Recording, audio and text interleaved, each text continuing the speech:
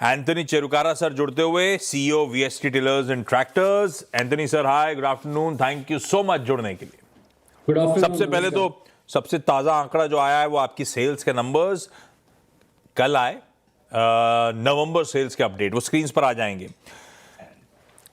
Overall sales में 129% का jump. अब एक रीजन हो सकता है एंथनी सर, वो लास्ट ईयर का बेस भी कमजोर था, अदरवाइज वैसे भी। लेकिन जुलाई मंथ के बाद अगर मैं सीक्वेंशियली देखूं तो सबसे अच्छा परफॉर्मेंस 3-4 महीने बाद इस तरह का आता हुआ। ये क्या, ये आप इस नंबर्स को कैसे देख रहे हो? कितना बेस था, कितना वो जीएसटी 2.0, क्योंकि एग्री मशीनरी में आप आते हो और 12% वाला 5% पे आया, तो उसी का लिंगरिंग इम्पैक्ट था जो इस तरह के अच्छे सेल्स के आंकड़े डिलीवर करे। डेफिनेटली इस बार जो है मानसून अच्छा रहा, वाटर रिजर्वोयर्स फुल है, एग्रीकल्चर के लिए काफी फेवरेबल टाइम है। और जैसे आपने कहा कि जो जीएसटी का रिडक्शन हुआ है 12% टू 5%, उसका भी काफी डिमांड पे असर हुआ है। लेकिन रूरल में उसके ऊपर ग्रेजुअली इंक्रीज हुआ रिजल्ट आएगा।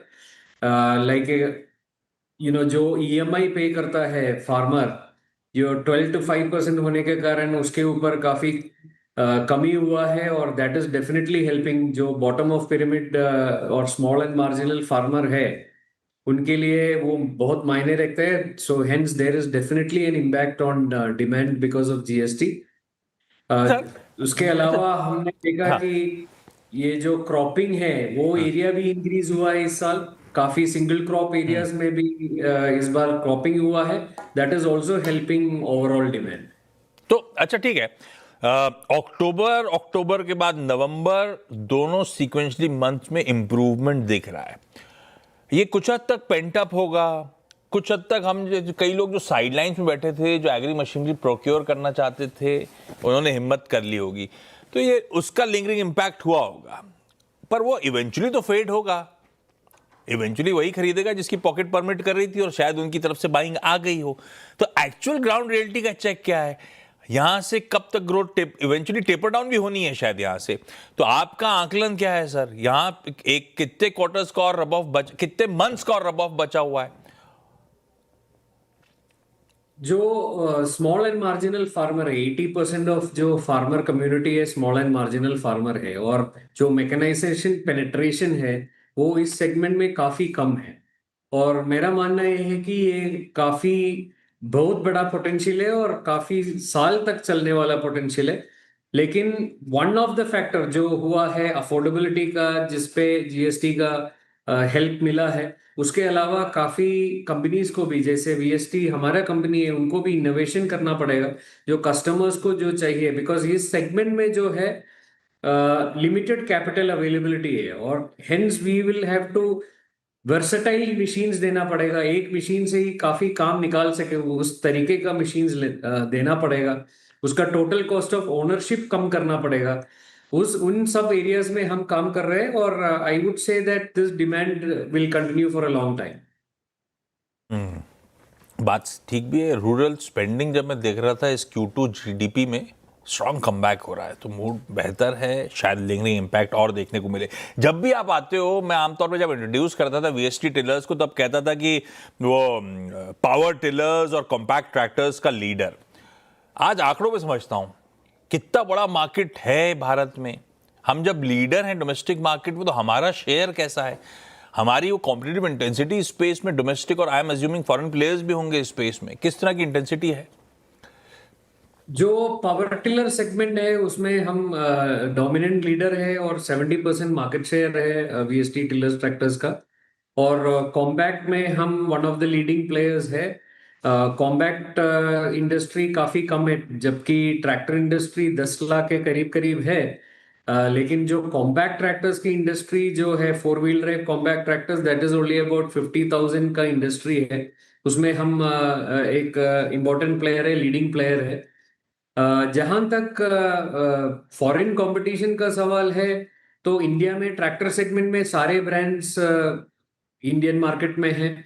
और जहां तक पावर वीडर और पावर टिलर का सवाल है, पावर टिलर में इंडियन मैन्युफैक्चरिंग को गवर्नमेंट काफी एनकरेज कर रहे हैं और उसके कारण जो इंपोर्ट्स काफी कम हुआ है।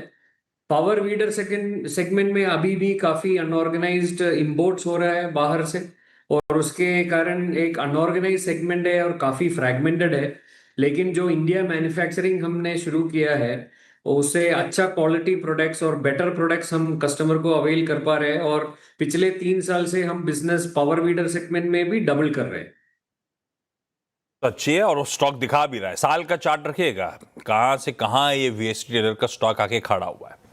अच्छा, हम एक्सपोर्ट करते हैं यूरोप को, एशिया को, अफ्रीकन मार्केट्स को। लास्ट मैंने कहीं पढ़ा था कि वो यूएस मार्केट्स में जो प्रोडक्ट्स एक्सपोर्ट करते थे उसको रोक दिया आपने। खैर, वो वायबिलिटी का इशू होगा क्योंकि हम पे 50% टैरिफ इस समय लगा हुआ है।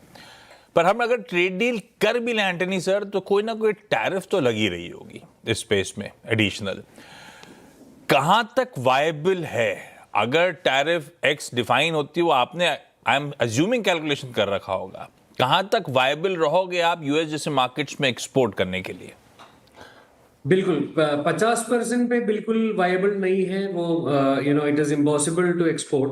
बट जहां तक वायबिलिटी का सवाल है, it is also a competitive सवाल। जो हमारे नाइबरिंग कंट्रीज में अगर 25%, लेट अस से 25% जो रशियन इसके कारण हुआ है वो हट भी जाए और 25 रहे, but we will still be competing with neighbouring countries. जो नाइबरिंग कंट्रीज से जो OEM से सोर्स कर सकता है, that will always remain a competition. So I would say we would be more comfortable if we are less than 20% tariffs, which is almost हमारा neighboring countries में जितना टैरिफ है उसके बराबर या उससे कम होना चाहिए। अच्छा, नए लॉन्चेस करे, ये तो ऑटो सेल्स नंबर्स थी तो उसके थ्रू ये सब बातचीत होती चली गई। आपने वो नए लॉन्चेस करे थे, एक ईवी पावर टिलर और ईवी पावर्ड वीडर। ये क्या पूरी तरह से ये EV products in house Antony sir हमने मैन्युफैक्चर करें? और इस समय अडॉप्शन कैसा है? ये सिर्फ हम लोग अपने सस्टेनेबिलिटी पोर्टफोलियो में टेक्नोलॉजी सामने रख रहे हैं, या वाकई आप एक्सपेक्ट कर रहे हो कि अच्छा ट्रैक्शन, अच्छी सेल्स ये EV powered agree product deliver कर पाएंगे?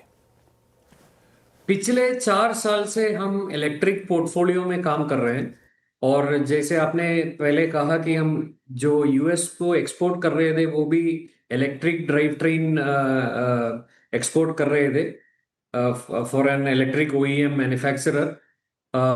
तो हमने काफी एक्सपीरियंस गेन किया है इलेक्ट्रिक ड्राइव ट्रेन पे, और हमारा इन हाउस कैपेबिलिटी है इसको मैन्युफैक्चर करने का। और हमने जो वीडर और पावर टिलर लाए हैं, पावर टिलर 10.5 किलोवाट आवर का लाए हैं, और वीडर जो है 5 किलोवाट आवर के लाए हैं। और ये इन हाउस मैन्युफैक्चरिंग से हम कस्टमर्स को अवेलेबल करा रहे हैं। और first set of products will go into the market जनवरी में, वो मार्केट में आएंगे, और Q4 से फिर आगे वो रैंप अप करेंगे। अच्छा, लास्ट सवाल, Q2 के नंबर्स, उसके बाद भी चर्चा नहीं हुई थी एंटनी सर। Q2 में रेवेन्यूज 11% इंप्रूव हुए, पर ऑपरेशनली काफी चैलेंजिंग रहा वो क्वार्टर आपके लिए। मार्जिन्स कॉन्ट्रैक्ट हुए, प्रॉफिटेबिलिटी डेंट होती हुई नजर आई, क्यों? जो फेयर मार्केट वैल्यू गेन्स में जो इन्वेस्टमेंट है हमारा इक्विटी में, उसमें थोड़ा सा one time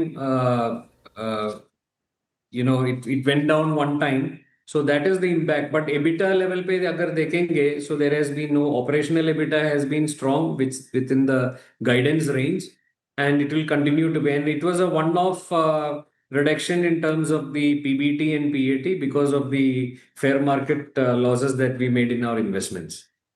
Anthony sir, thank you so much. ठीक है, तो एडजस्टमेंट्स हैं, अदरवाइज ऐसा कुछ ऑपरेशनली ज्यादा दिक्कत नहीं है। और वो एडजस्टेड EBITDA प्रेजेंटेशन में मेंशन भी कर रखा था, उसमें ज्यादा नहीं, उसमें मिनिस्क्यूल सा कॉन्ट्रैक्शन था। खैर Anthony sir, thank you so much जुड़ने के लिए। ब्रेक ले रहा हूं, ब्रेक